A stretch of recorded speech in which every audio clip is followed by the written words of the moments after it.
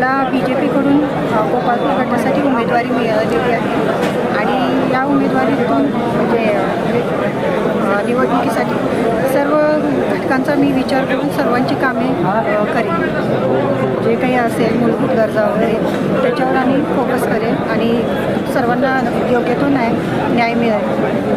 यावेळेस गोपाळपूर गट हा बिनविरोध झाला होता. यावेळेस आपण प्रयत्न केला नाही. ज्यांनी फॉर्म भरलेले आहेत त्यांनी बाहेर जायचंय, गेटच्या बाहेर जायचंय. तोच गेला 3च्या नंतर यायचंय. ज्या लोकांनी फॉर्म भरलेले आहेत त्यांनी बाहेर जायचंय गेटच्या. तोच गेला फक्त एक माणूस नंतर 3 नंतर बाहेर आतमध्ये. तोच घेण्यासाठी एकच माणूस 3च्या नंतर आतमध्ये यायचा आहे. तोपर्यंत ज्यांनी फॉर्म भरले आहेत त्यांनी बाहेर जायचंय गेटच्या. बिनविरोध गट झाला. नाही, लोकशाही आहे, सर्वांना हक्क आहे, मतदानाचा हक्क आहे, निवडणुकीचा पण अधिकार आहे. त्याच्यामुळे बिनविरोधचा काही विषयच नाही. आताच आपलं त्या गोपाळपूर गटामध्ये काय विजन असणार? ज्या काही मूलभूत गरजा आहेत जसं की रस्ते, वीज, पाणी, आरोग्य, महिलांचं सशक्तीकरण, रोजगार मिळवून देणं हेच विजन असतात. आणि काय महिलांना आता बचत गट हे जे लाडक्या बहिणीचे पैसे मिळत नाही अशा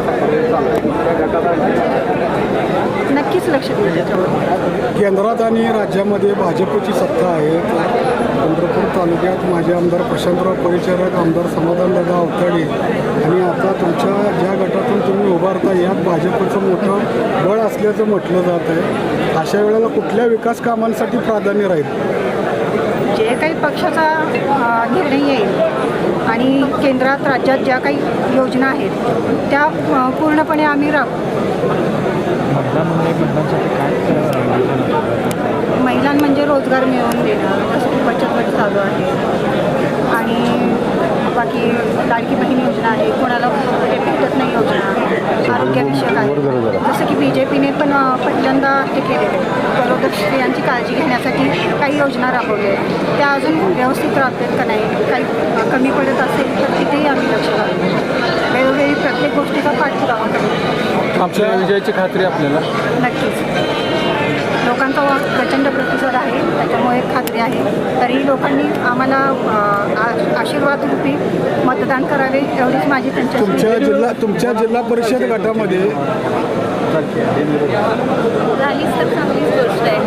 नाही असं काही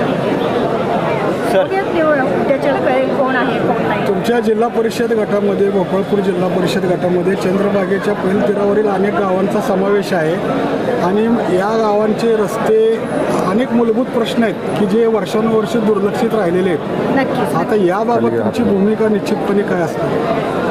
ॲक्च्युली माझं गाव आंबे, मी जाताना बघितलेले आहेत रस्ते किती खराब आहेत काय आहेत. त्याच्यामुळे हे या गोष्टी प्राधान्याने आम्ही करू.